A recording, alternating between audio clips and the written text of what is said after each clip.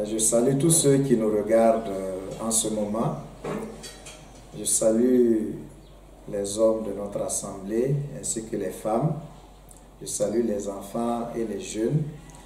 Nous sommes en des moments particuliers et il me plaît de vous parler de la panique, de la peur et de la psychose, du découragement, parce que nous sommes à une période où il y a une pandémie qui entraîne une panique généralisée.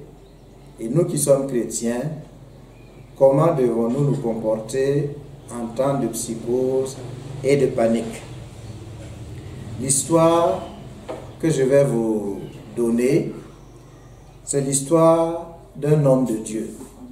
Nous allons parler de lui avant la panique, pendant la panique et après la panique. Donc il y aura 3 temps dans l'exposé. L'homme de Dieu dont je voudrais vous parler s'appelle Élie. Élie était un homme puissant, un homme courageux et un homme de foi.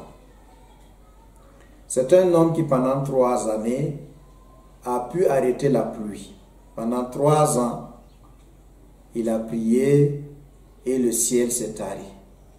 Pendant 3 ans. Élie est un homme qui a fait tomber le feu du ciel. Il a prié et le feu est descendu du ciel. Élie est un homme qui a été en compétition avec 450 faux prophètes, prophètes de Baal. Et là, Élie a démontré toute la puissance de Dieu en faisant descendre du feu sur son sacrifice. Ce que n'ont pas pu faire les 450 prophètes de Baal. Et Élie, ce jour-là, va faire égorger les 450 prophètes de Baal. Donc c'était un homme puissant, un homme de foi, un homme de Dieu. Et après cette victoire, Élie va faire pleuvoir le même jour. Il va aller sur une montagne, il va prier Dieu et il y aura une grosse pluie. Et ce jour-là, Élie va courir avec le roi de l'époque, c'est le roi Akab, jusqu'à son domicile. Le roi était sur son cheval, sur son char, et Élie a couru à pied. Donc, il a couru aussi vite que le cheval du roi et il est arrivé chez le roi. Là, c'est l'homme avant la panique. L'homme de Dieu avant la peur, l'homme de Dieu avant d'être découragé. Mais il y aurait un problème. Au lieu que le peuple soit content du fait qu'il y a de la pluie et que Dieu a exaucé par le feu, la reine de l'époque a envoyé un messager dire à Élie: parce que tu as tué les 450 faux prophètes, demain à cette même heure, si tu n'es pas mort comme eux, alors que les dieux me traitent dans toute leur rigueur. Alors, quelle va être la réaction de Élie? Nous voyons que ici, face à la menace de mort, Élie, le prophète, cet homme puissant et grand, va paniquer. Il va paniquer. Il prend peur. Peur de la mort. Peur de la menace. Et quelle va être la conséquence de cette panique? Il va fuir avec son serviteur. Il fuit loin de la ville. Il fuit loin de la reine. Et arrivé à une ville, il abandonne son serviteur. La panique a fait que Élie n'a pas pu garder son serviteur. Il s'est séparé de lui. Il est devenu un homme solitaire face à son destin. Et il va marcher toute une journée. Et à un moment, il va être fatigué. Et il voit un arbre. La Bible nous dit que c'est un genêt. Il va s'asseoir sous l'arbre. Et là, c'est la dépression. et dit à Dieu, tue-moi. Je préfère mourir face à tout ce qui m'arrive. Après avoir fait tout ce que j'ai fait pour ton nom, on me menace de mort. Je ne suis pas mieux que mes pères. Dieu, je préfère la mort. Voici ce que peut amener la panique. Une fois que nous paniquons, nous perdons la foi. Nous ne croyons plus à Dieu. Et facilement, nous tombons dans une solitude qui nous amène à un état dépressif. La Bible nous dit qu'après avoir demandé la mort, il s'est endormi sous cet arbre. Et dans ces moments de panique, Dieu est bon. Dieu a envoyé un ange réveiller Élie, son serviteur. Il s'est réveillé et il a trouvé à son chevet du gâteau et de l'eau. Il a mangé ce gâteau cuit sur des pierres chauffées, il a bu et il s'est de nouveau endormi. Quelque temps après, l'ange est revenu une deuxième fois le réveiller. Lui dit, mange et bois, car le chemin est long. Parce qu'en fait, Élie fuyait pour aller jusqu'à la montagne de l'Éternel, qui était à 40 jours de marche de là où il s'est réfugié. Il s'est levé une deuxième fois, il a mangé, il a bu, et ce que l'ange lui a donné assez d'énergie et de force pour marcher pendant 40 jours jusqu'à Horeb, la montagne de l'Éternel. Dans notre panique, la solution que Dieu nous propose, c'est de manger et de boire sa parole. Et comme nous le savons, la parole de Dieu, c'est notre pain. Jésus l'a dit, je suis le pain de vie. Donc, si nous arrivons à manger la parole de Dieu et à nous nourrir de la parole de Dieu, nous serons capables de vaincre la panique. Et c'est ce qu'a fait Élie, et il a eu assez de force pour aller jusqu'à la montagne de l'Éternel. Maintenant, arrivé à la montagne de l'Éternel, la Bible nous dit qu'il est allé dans une caverne où il s'est confiné.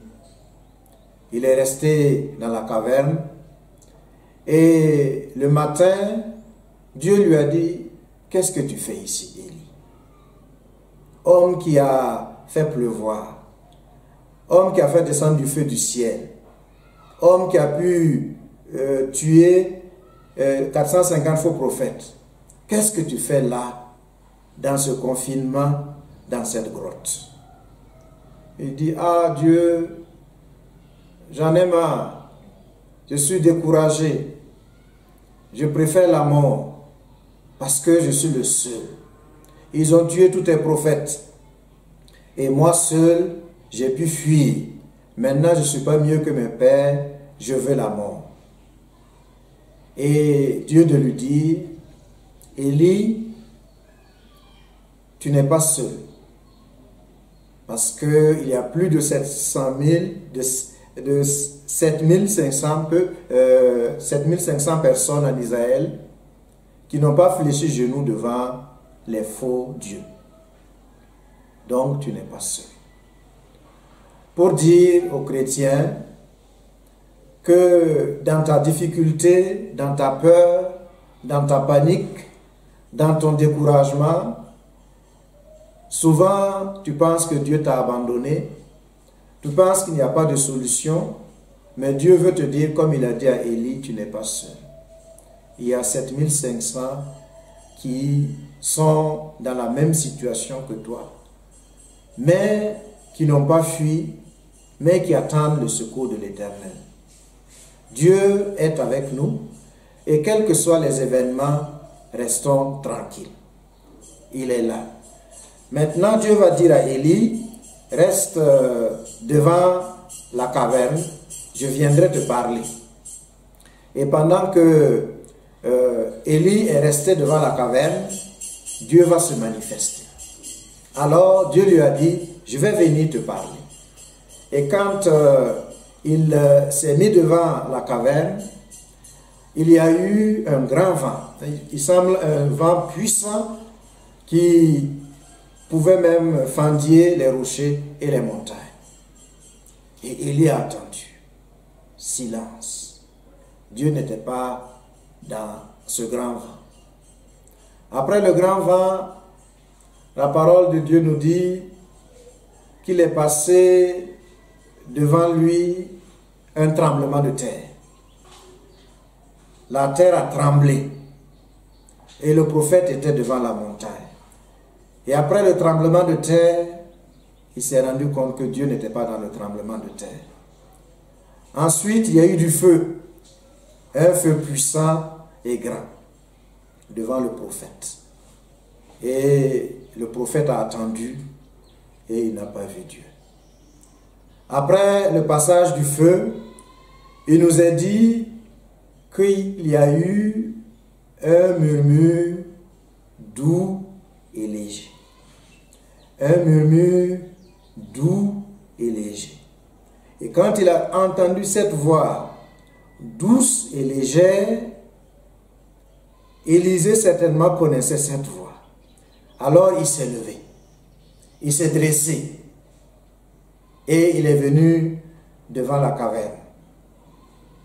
Et Dieu lui a parlé à son serviteur paniqué et découragé. Et Dieu va lui dire, reprends le chemin du désert. Tu as fui, mais retourne d'où tu es venu. Tout n'est pas fini pour toi. Il y a encore une mission à accomplir. Et Dieu lui a donné une mission. Et Élie s'est retourné. Il a accompli la mission de Dieu. Il s'agissait de désigner un roi, un prophète et une autre personne.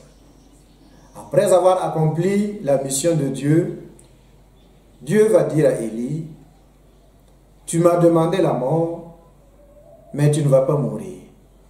Je viendrai pour t'enlever. Et un jour, pendant que le prophète Élie marchait, Dieu a envoyé un char et des chevaux qui sont venus le prendre vivant et monter au ciel. Et Élie, qui a réclamé la mort dans sa période de panique, ne connaîtra pas la mort. C'est un des rares hommes qui n'a pas connu la mort. Mais c'est un homme qui, pendant sa panique, pendant son découragement, pendant son confinement, a demandé à Dieu de prendre sa vie. Je veux partager la vie de cet homme pour que chacun de nous, homme de Dieu, femme de Dieu, serviteur de Dieu, qui, comme le prophète Élie, peut à un moment ou à un autre passer par des épreuves, passer par des difficultés, passer par des moments durs dans sa vie, ou après avoir fait des miracles, ou après avoir accompli de très bonnes choses, à la gloire de Dieu, on se retrouve à la fin menacé. Et le découragement peut venir, la panique peut venir, le confinement peut venir. Mais ce que Dieu nous demande, qu'est-ce que tu fais? Qu'est-ce que tu fais ici, dans ton état de découragement? Parce que Dieu veut que nous puissions poursuivre la mission qu'il nous donne et Dieu nous rassure toujours la victoire. Je prie que, quelle que soit la période de votre vie où vous allez rencontrer la panique, le découragement, vous puissiez dire oui, c'est vrai, je passe par des moments pas faciles, mais je crois en Dieu. Dieu n'est pas paniqué. Dieu, c'est quelqu'un qui a un murmure doux et léger pour nous rassurer. Et ce qui est sûr, ce qui est évident, c'est qu'après être passé par le découragement, Dieu va apporter la bénédiction. Dieu va relever. Et pendant que Élie demandait la mort, Dieu va lui donner d'aller au ciel sans passer par la mort. Que Dieu nous bénisse et que Dieu nous donne de ne jamais nous décourager, de ne jamais paniquer, mais de toujours faire confiance en Dieu. Et le secret, c'est de lire la parole de Dieu et de prier chaque jour si l'on veut grandir. Il y a ce chant que je vais vous chanter qui résume cela. Lis ta Bible, prie chaque jour, prie chaque jour, prie chaque jour. Lis ta Bible, prie chaque jour, si tu veux grandir. Que Dieu vous bénisse.